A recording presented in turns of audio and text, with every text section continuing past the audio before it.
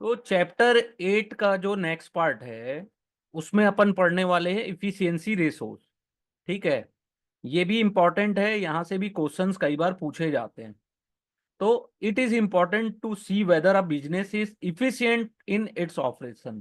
तो operational efficiency जानने के लिए इन रेशोज का यूज होता है।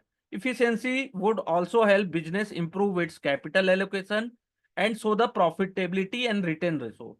सो some simple parameter of efficiency in business are defined.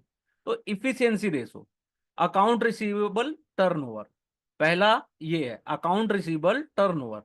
तो इसका फॉर्मूला क्या है? Revenue divided by account receivable.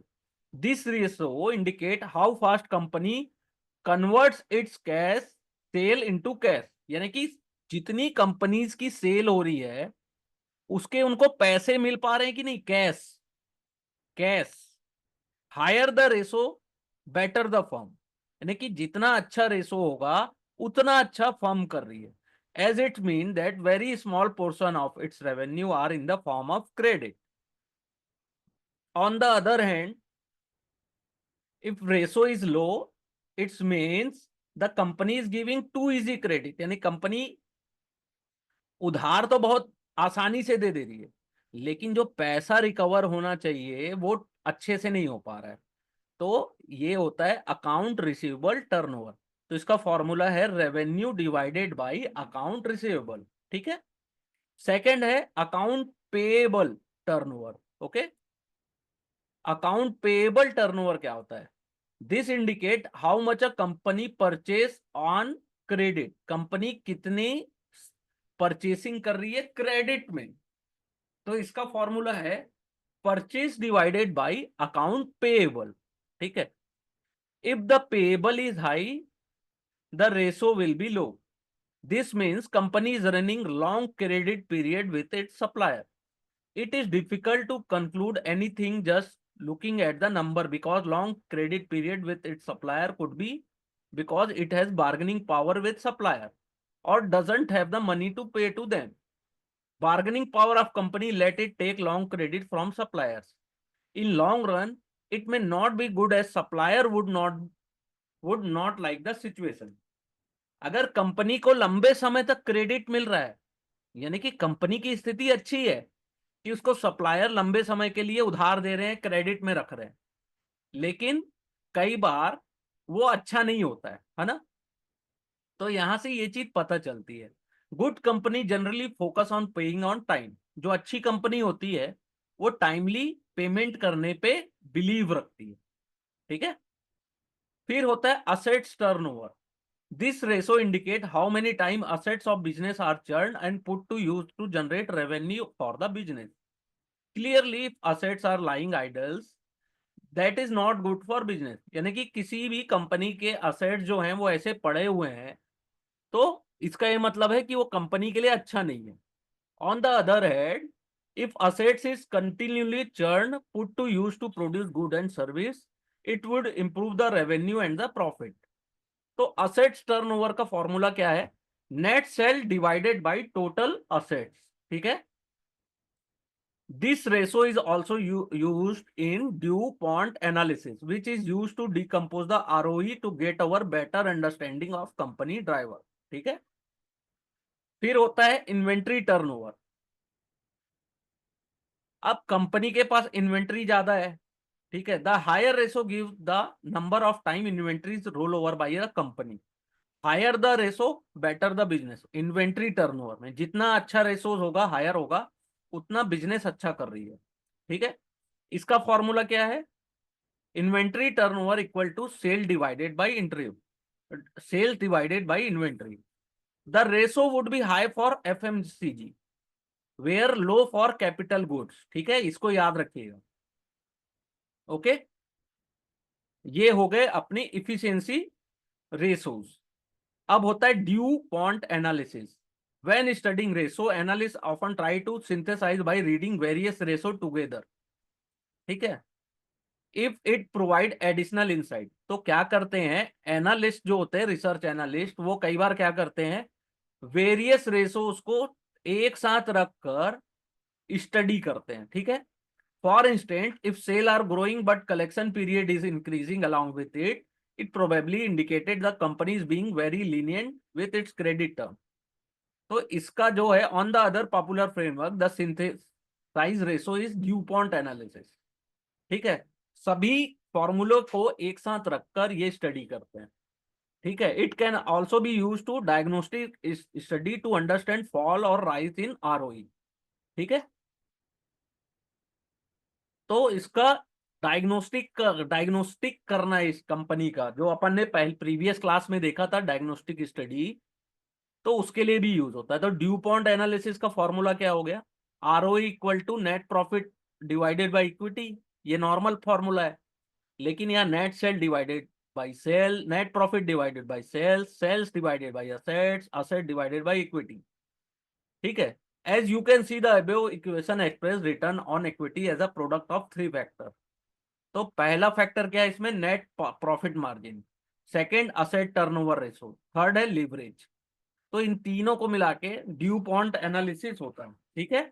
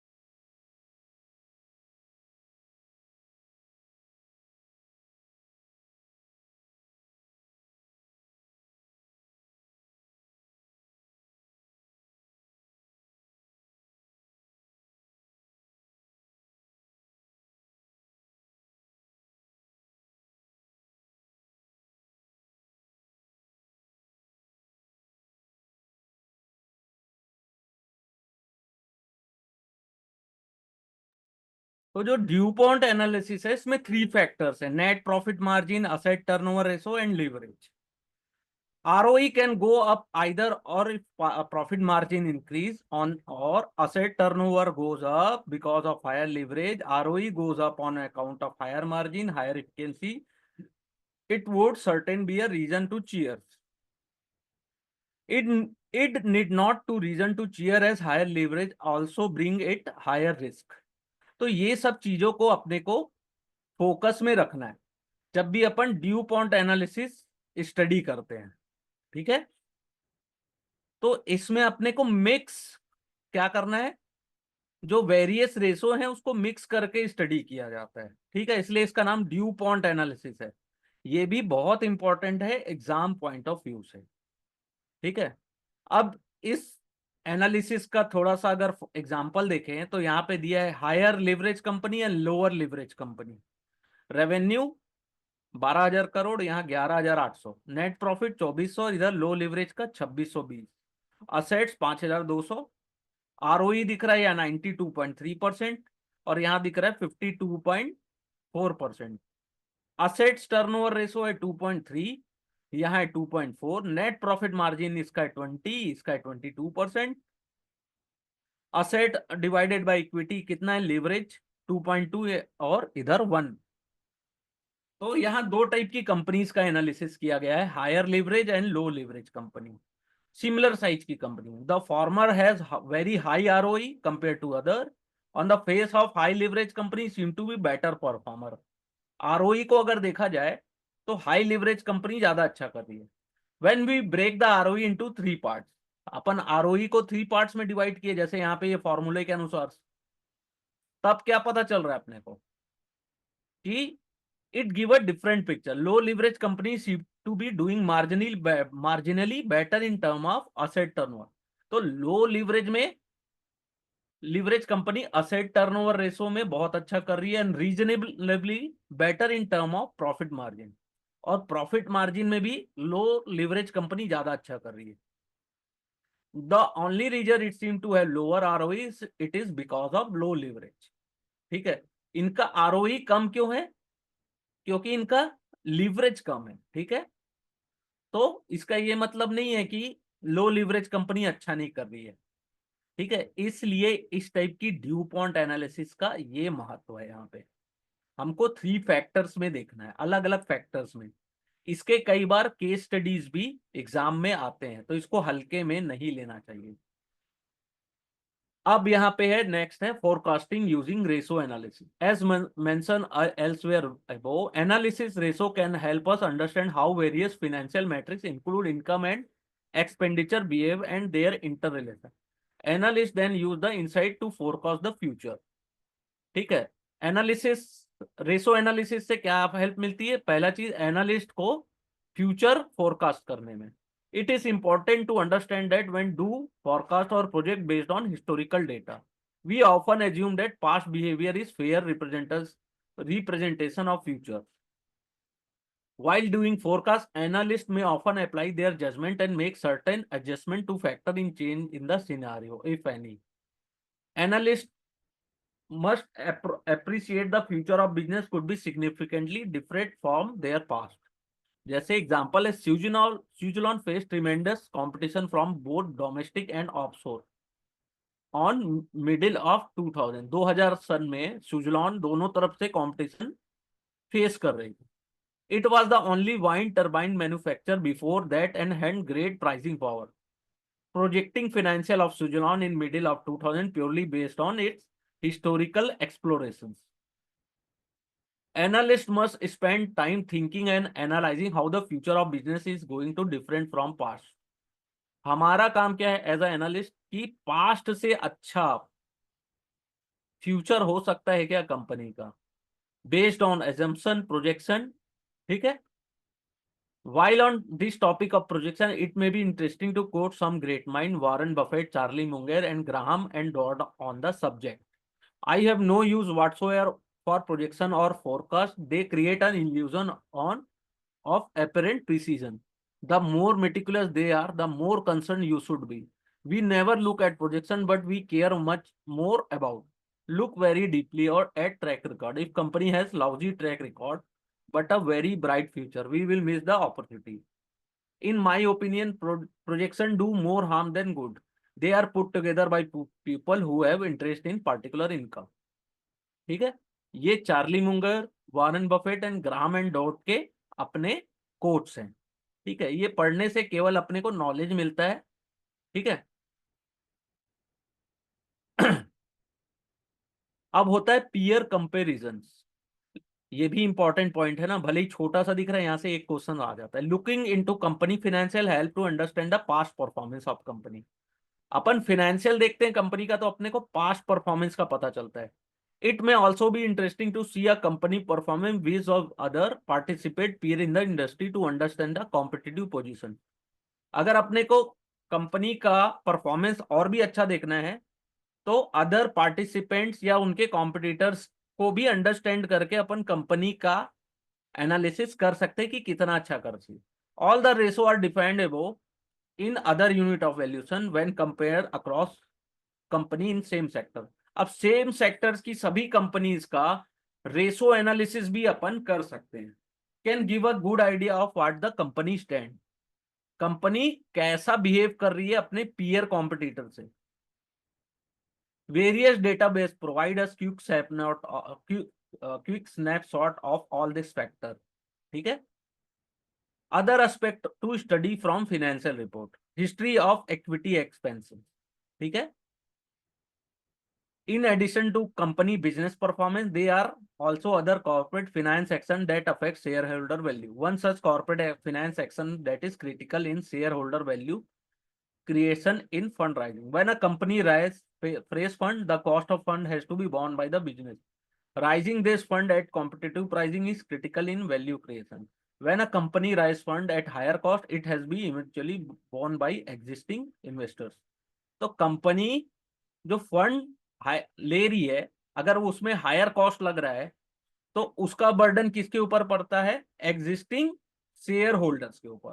ठीक है, ये चीज भी अपने को फोकस में रखना है। Okay, while it is easy to understand the impact of debt as the cash flow around are in contractual in nature, understand the impact of equity issuance can be more challenging। ठीक ठीक है। Company may periodically need to issue additional equity share either to raise fund or meet other obligations such as issue share under sweat equity or ESOP। It may issue share through any of the following: पहला, right issue, public और private placement, preferential share या qualified institutional placement, या issue of share upon exercise of warrant, warrant का exercise करने पे, और issue of share upon exercise of ESOP और under sweat equity programme. तो ये सब चीजें अपन ने प्रीवियस भी पढ़ा हुआ है, इसका ये रिपीटिशन है यहाँ पे। ठीक है। कंपनी की डिविडेंड एंड अर्निंग हिस्ट्री कैसी है, ये भी जानना अपने लिए बहुत इंपॉर्टेंट है। Shareholder value is also affected by company dividend policies. Dividend are the way a company return money to its shareholder, and it's one of the component of total return earned by the investors. It is important that analysts study a company dividend policy and history of profit distributions. While studying the dividend history, one should also take into consideration the business phase of company at different point of time. Company are likely to pay less or no dividend during the growth phase। कोई भी company growth phase में dividend बहुत कम देती है, क्योंकि उनको पैसे की ज्यादा जरूरत है अपने को, अपने बिजनेस को और ज्यादा ग्रोथ देने के लिए। शेयर होल्डर्स में also not bother about dividend for high growth company. जिस कंपनी की ग्रोथ हाई होती है वहां पे शेयर होल्डर डिविडेंड की चिंता नहीं करते हैं, क्योंकि उनको रिटर्न ही इतना हाई मिलने वाला है शेयर में। ठीक है। As company is likely to able to generate higher return on its fund compare to shareholder expected return. Dividend yield किसके लिए इंपॉर्टेंट है? Dividend yield is important for mature company, जो मेच्योर हो चुकी है, जिसका ग्रोथ एक face में आ चुका है, यानी कि उससे ज्यादा ग्रोथ वो दे नहीं पा रही। Another factor that needed to look at is predictability and stability of dividend. Company with higher dividend yield are likely to attract long term investor who seek periodic investment income to supplement their annual income। तो company जिसका higher dividend yield है उसको कौन attract, यानी कि long term investor ज्यादा उसके ऊपर भरोसा रखते हैं, क्योंकि उसमें उनको पीरियडिक रिटर्न भी मिलना है। Mature company in defensive sector offer more predictable in term of dividend as the business is likely to be more predictable। Most of such company also offer interim dividend। Companies such as Colgate, Palmolive, and Britannia regular offer interim dividend। In other industries, some companies try to offer predictable by active managing the dividend। They endeavor to build reserve during period of good performance, use such reserve to pay dividend during period of bad performance। Analysts can understand this by reading the company dividend policy and observing historical data of the company। तो analyst का क्या काम है? पूरे dividend policies company का पढ़ना और historical data देखना कि क्या, कब, कितना डिविडेंड कंपनी ने दिया है। वाइल स्टडिंग डिविडेंड हिस्ट्री, जब अपन डिविडेंड हिस्ट्री को पढ़ते हैं तो इसके अलावा अपने को ये भी फोकस करना है कि शेयर बाय बैक कंपनी ने कब किया। It is also meant to distribute profit to shareholder। Company may prefer share buyback over dividend if it is likely to have favorable tax treatment in the hand of investor। Buyback also provide opportunity to investor to decide between encashing the offer or increase their stakes। ठीक है, ये dividend history। Dividend and share buyback also provide signal to the market in term of outlook and strategy। This task is not simple and would involve analysts to take into consideration after circumstance and context। जैसे यहाँ पे example है, when a company with good performance begin to return more profit than usual, it may indicate the company intention to make a major investment। It may also indicate company is expecting challenging environment in the future। When a high growth company increase its dividend, कोई भी high growth company अगर वो dividend increase कर रही है, यानी कि अब उनको ये समझ में आ रहा है कि अब यहां से ग्रोथ उतनी नहीं है जितनी दिख रही थी। When a company dividend announcement deviate significant from past, it is better to understand the reason for same. अगर कंपनी अपने डिविडेंड अनाउंसमेंट को डेविएट कर रही है तो वहां पे अपने को कंपनी के मैनेजमेंट की स्ट्रेटजी समझनी है कि वो क्यों ऐसा कर रही है। ठीक है। Company corporate action such A dividend bonus split and right issue affect the company share price in various वे। ठीक है। कॉर्पोरेट एक्शन जैसे डिविडेंड दिया, बोनस दिया, स्प्लिट किया, राइट दिया, उसके सभी के इफेक्ट को अपने को सेपरेटली स्टडी करना होता है। Much more to this subject is cover in dedicated, यानी कि अपन ने कॉर्पोरेट एक्शन में उसको बहुत अच्छे से डिटेल में पढ़ा हुआ है प्रीवियस। तो उसको एक बार रिवाइज कर लीजिएगा, साथ में इसको भी देख लीजिएगा। Ownership and insider sale and purchase of stock in the past. Honor being closest to the business, have most information about nuance in the business. They are better informed of the performance of company. They also act in the market under defined guidelines. While analyzing a business, analyst may get good insight by looking at action of the promoter inside in the market. तो ये inside trader के ऊपर है जो अपन ने chapter 2 या 3 में complete किया था। Insider can sell for variety of reason and it is not necessary ring alarm bell. If insiders are buying, then there can be only one reason, that company is likely to make huge profit in future. अगर insiders buy कर रहे हैं, इसका ये मतलब है कि company आगे फ्यूचर में अच्छा प्रॉफिट देने वाली है। ठीक है। तो ये पीटर लिंच की भाषा में यहाँ पे लिखा हुआ है, इसको एक बार रीड कर लीजिएगा। ये चैप्टर जो है इसको अपन ने डिटेल में प्रीवियसली पढ़ा हुआ है, तो यहाँ पे एक बार इसका ये रिवीजन हो गया। ठीक है। लेकिन हर बार अपने को रिवाइज करना है, हर हर एक वर्ड को अपने को डीप में देखना है। ठीक है। तो यहाँ पे अपना चैप्टर 8 तो कंप्लीट हो गया, लेकिन अगर और भी आपको क्वेश्चंस लगते हैं एग्जाम से रिलेटेड तो आप जरूर पूछ सकते हैं। ठीक है।